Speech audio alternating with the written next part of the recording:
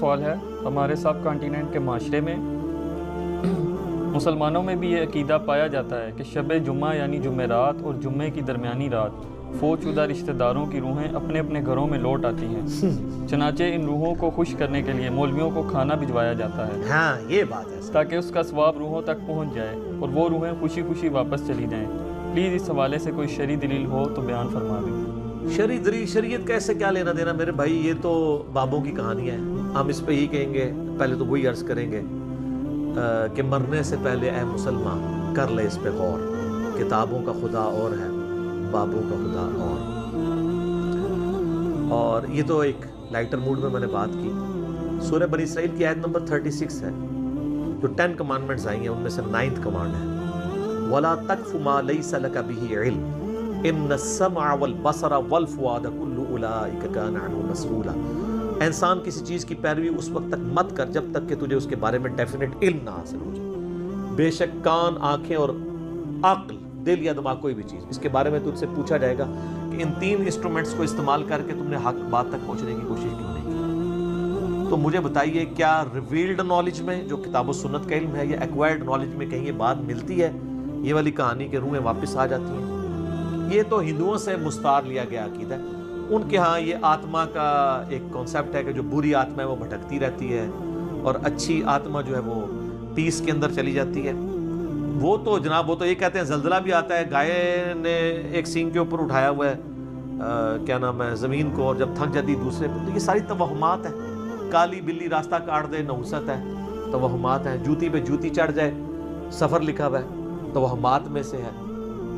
کوا گھر کی منڈیر پہ بولے تو کوئی مہمان آنے کا پیش خیم ہے، یہ سب توہمات ہیں۔ رات کے وقت جھاڑو نہیں دے سکتے، ناخن نہیں کاٹ سکتے، اتنی تہمت پرستی جو ہے وہ چل رہی ہے ہمارے معاشرے کے اندر۔ کیونکہ ہم لوگ ہندوؤں کے ساتھ رہے، لہذا یہ ساری باتیں وہیں سے آئی ہیں کہ روحیں واپس آ جاتی ہیں گھروں میں۔ کوئی روح نے ادھر آ کے کیا کرنا ہے، وہ تو سورۃ المطففین میں ہے کہ وہ علیین اور سجین کے اندر ہے۔ نیک روحیں جو ہے علیین میں، بری جو ہے سجین کے اندر ہے۔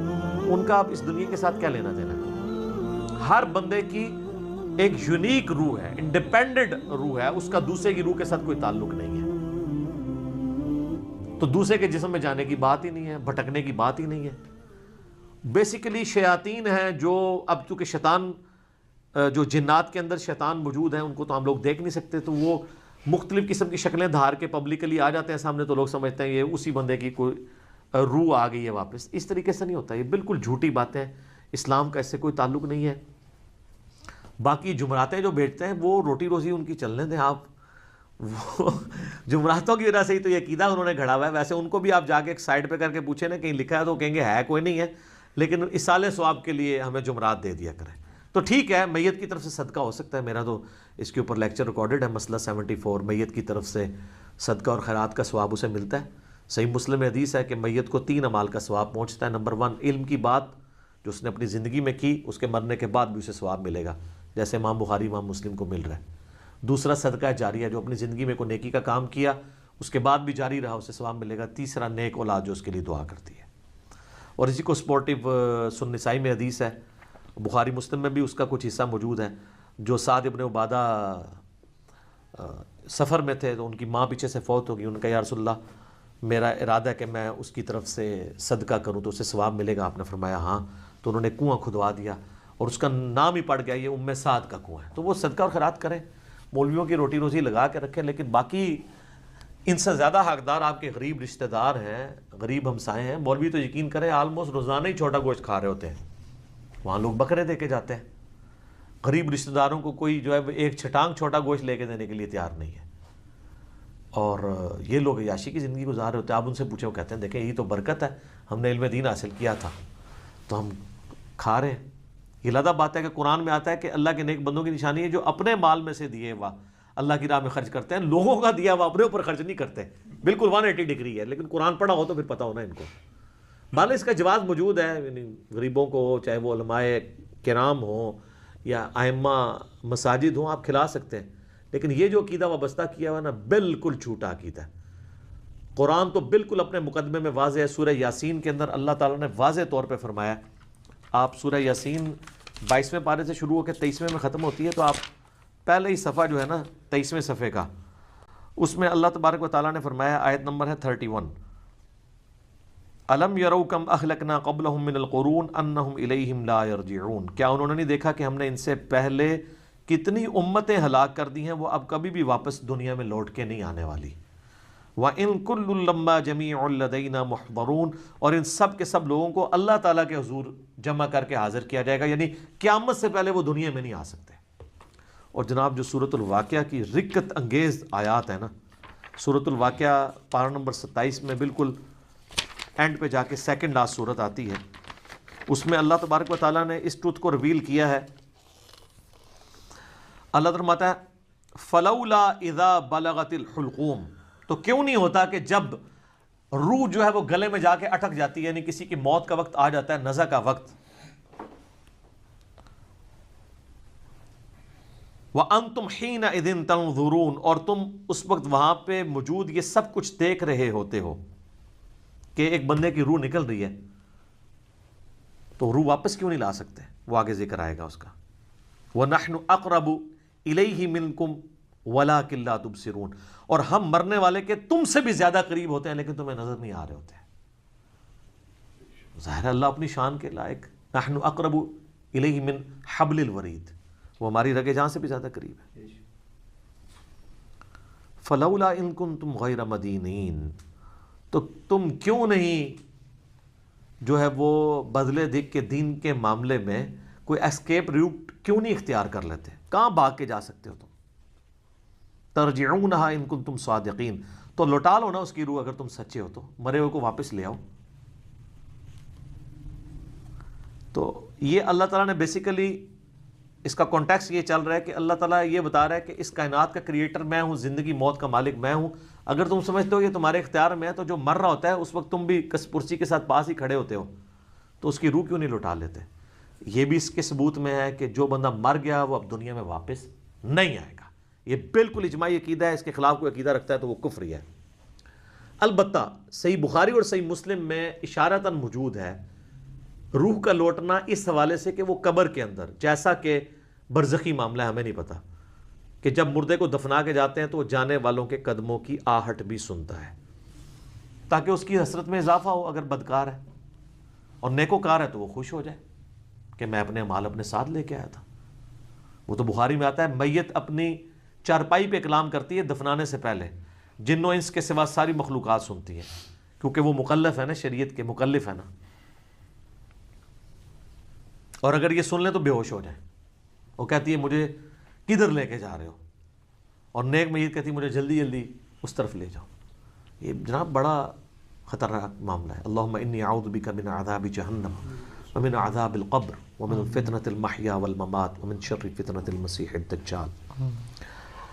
بخاری مسلم میں حدیث ہے، نبی علیہ السلام نے فرمایا، سورہ ابراہیم کی آیت نمبر 27 ہے نا،